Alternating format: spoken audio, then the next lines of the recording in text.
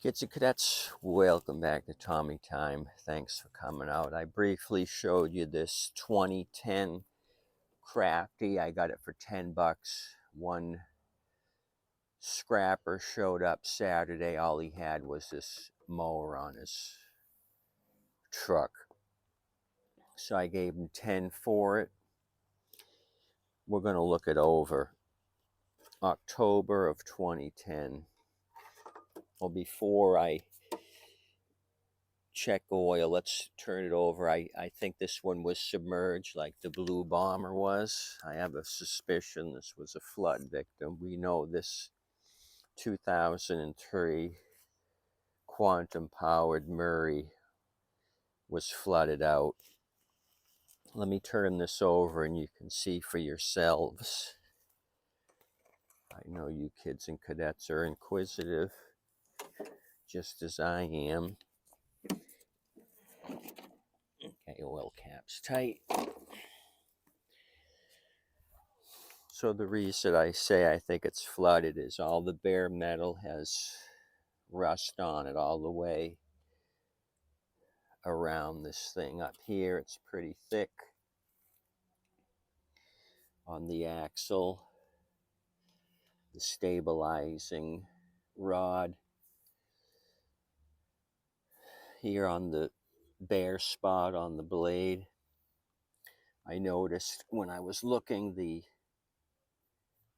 belt is off the pulley, so the rear wheel drive isn't going to engage. If this thing does start, there's no gas in the tank. So I think the Blue Bomber and this one are cousins. Pretty thick there, and the handle was folded down when I got it, and this is really corroded. So that may be an indication of how high the water was. Handle folded down would have been in this vicinity on the bail bar, so this thing might have gotten completely underwater.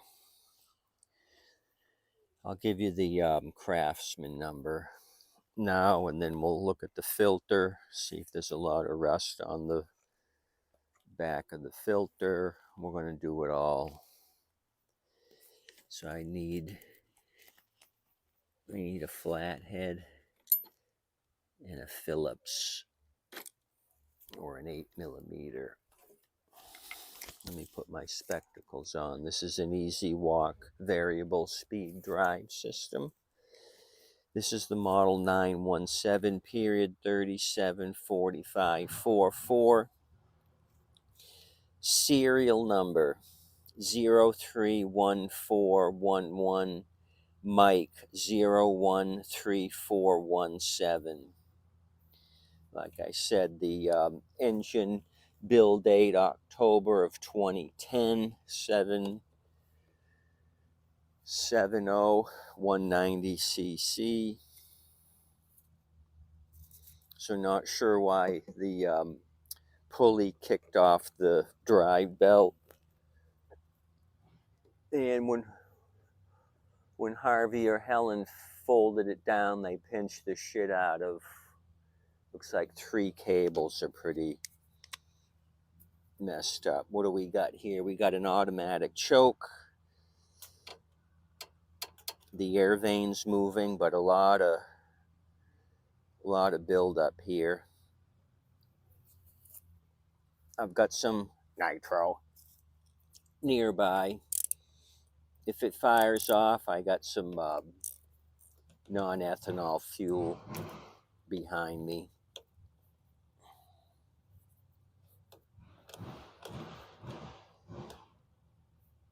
If you look at the plastic here, it looks like there's little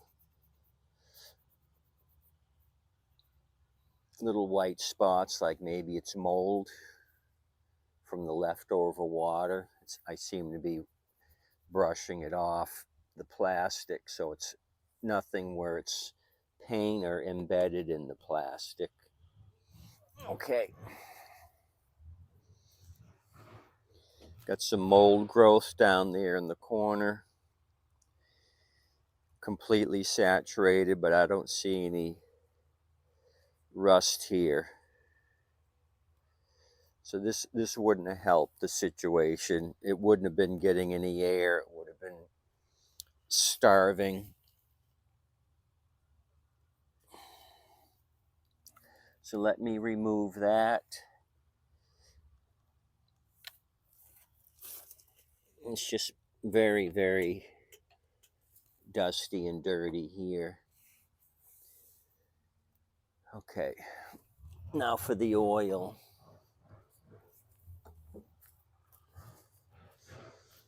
It might have been low.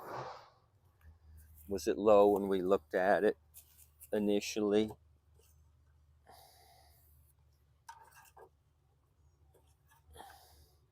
Yeah, it's just touching the bottom of the dipstick. Now I remember. Let's put some junk oil in it just to bring it up. It's going to need an oil change anyway. And no, this isn't the oil that had that flooded oil from the Blue Bomber. Well, that should be plenty. I kept that in a separate container. The milkshake oil.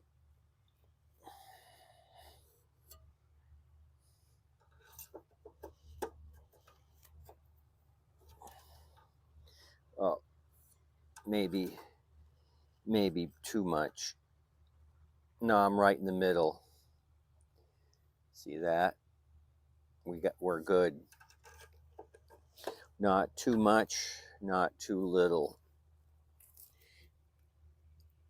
Okay.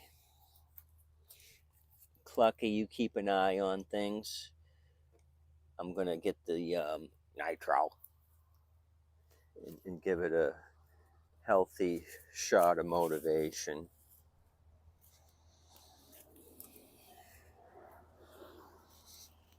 Like I said on the other video with the Blue Bomber and this one, I got a crap load of stuff in recently. It's going to keep me busy for 10 days. The repairs, 10 days or more, I think. So I got to show you what all that junk is. Okay, let's try this. Okay, one pull. Let's give it one pull. Kicked off without hesitation. That builds up my confidence level. So what do you guys think? It was suffocating. We'll do a little experiment. We'll put the air filter back on it. If it starts and runs like a cupcake, we're gonna see if that 97% blockage on the filter was a killer. So we'd be looking at tearing the cover off of the belt and putting the belt back on the pulley.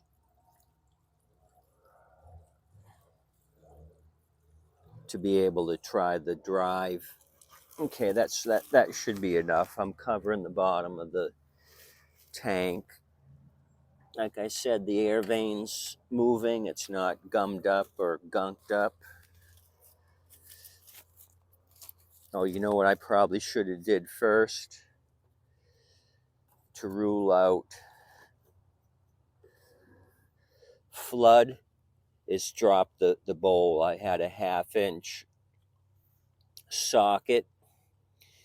I was going to drop the bowl to see if it was full of water, but let's just carry on now since I already fueled it. Just see if it starts on its own.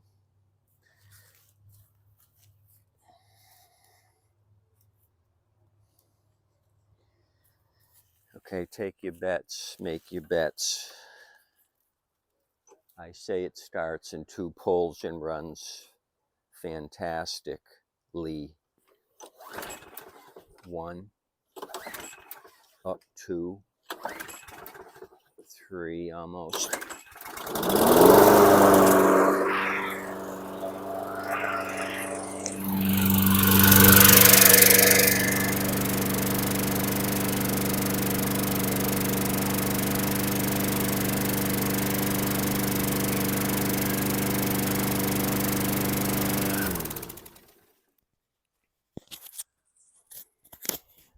For Pully. So probably it was the belt off the pulley. This thing's a monster. They were hand pushing it. Without the drive system working, it wouldn't have worked with the belt off. So just for shits and giggles, let me get a clip. We're going to clip the bail bar. I'm going to try to snuff it out with the raunchy filter. Do a little experiment. I love experiments. It's like chemistry in 5th grade. All the baking soda tricks and all that jazz.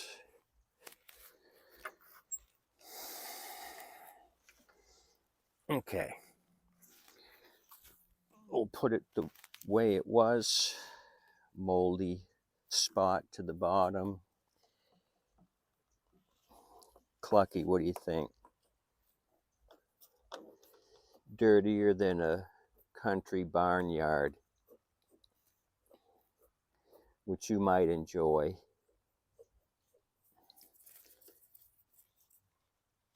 Okay. Let's see.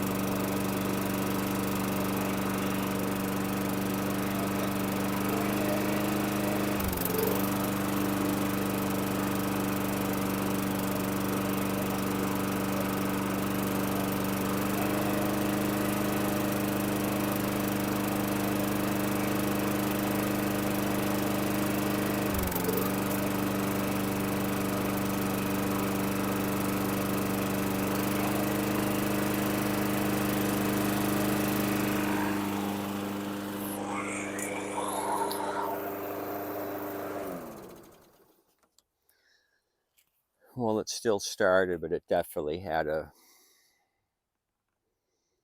an issue with airflow.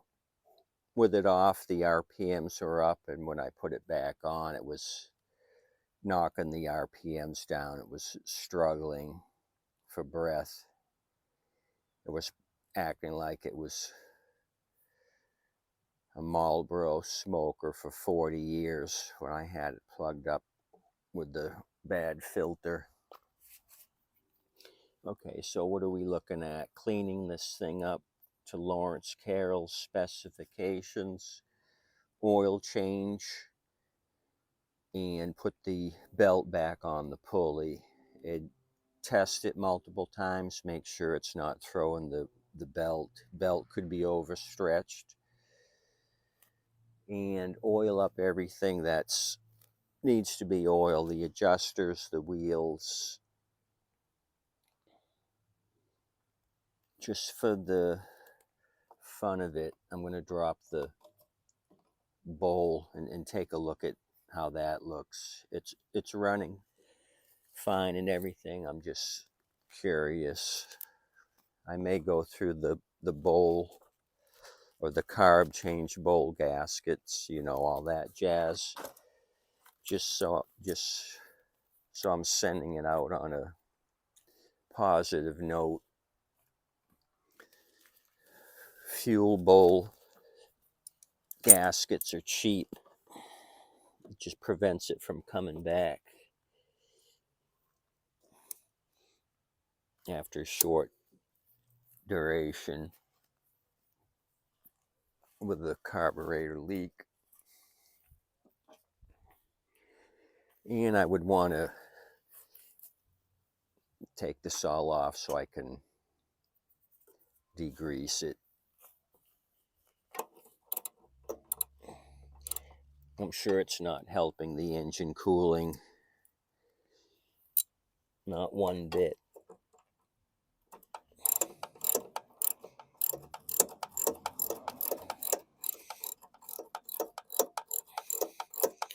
Like I said before, it was my mistake to fill the gas before I checked the bowl.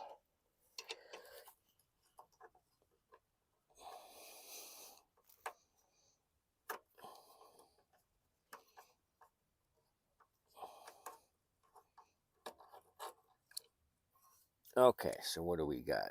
We got a clean looking brass jet. That's my first indicator. There's a bunch of rusty snot or whatever sitting on it, or white crusty crap. Oh yeah, we're good. Just a little bit of debris, and I may have knocked that in when I was taking it off, so it could use another bowl gasket. Yeah, it's stuck to the bowl. It's pretty dry. It's not pliable, so that's probably been on there since 2010. So nothing else is down there. I don't see any water droplets, so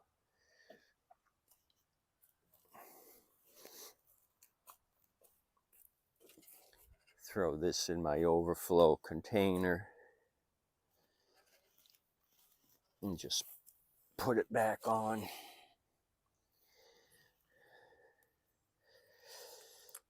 Mark it with a note what I got to do so I don't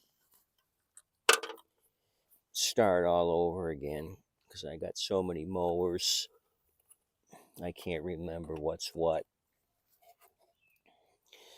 No sense in doing the same steps twice. You know what I mean?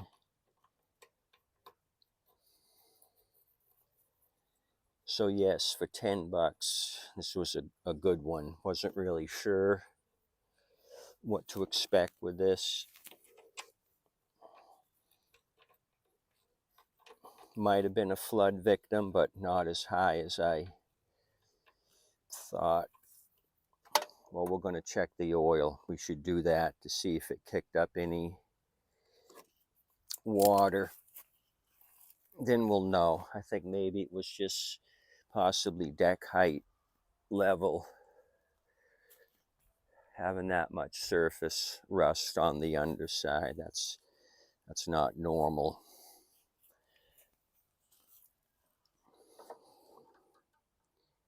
Okay, it's still pretty dark. I don't see that it's milky at all. It's just looking like used oil.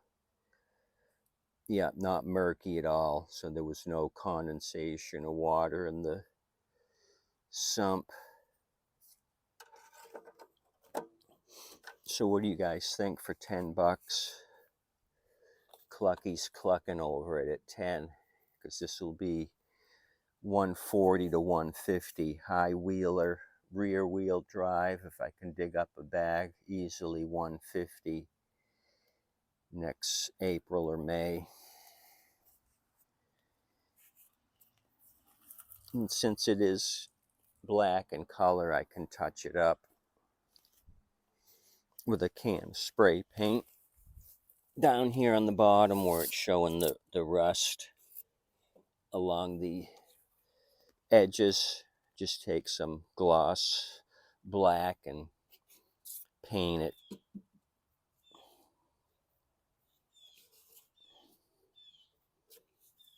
Okay, so I think we're done. Nothing else to show you.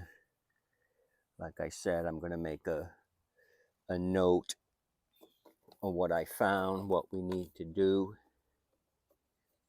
and then go on to the other fine beauties that came in Saturday.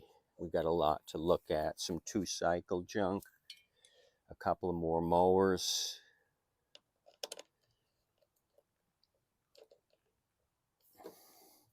So this one was complete. Usually this little piece gets lost or thrown away. It's just decoration. Doesn't really do anything. Oh, Phillips.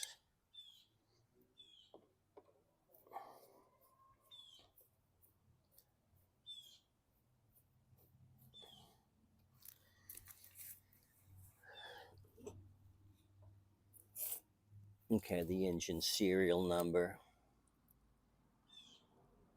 I'll write that down and put it down below. Begins with 10, so that's corresponds with 2010, just like the 10 plate says October 2010. So nobody's lying to me. There's been no switcheroo. It's an all original piece of Craftsman junk, platinum junk.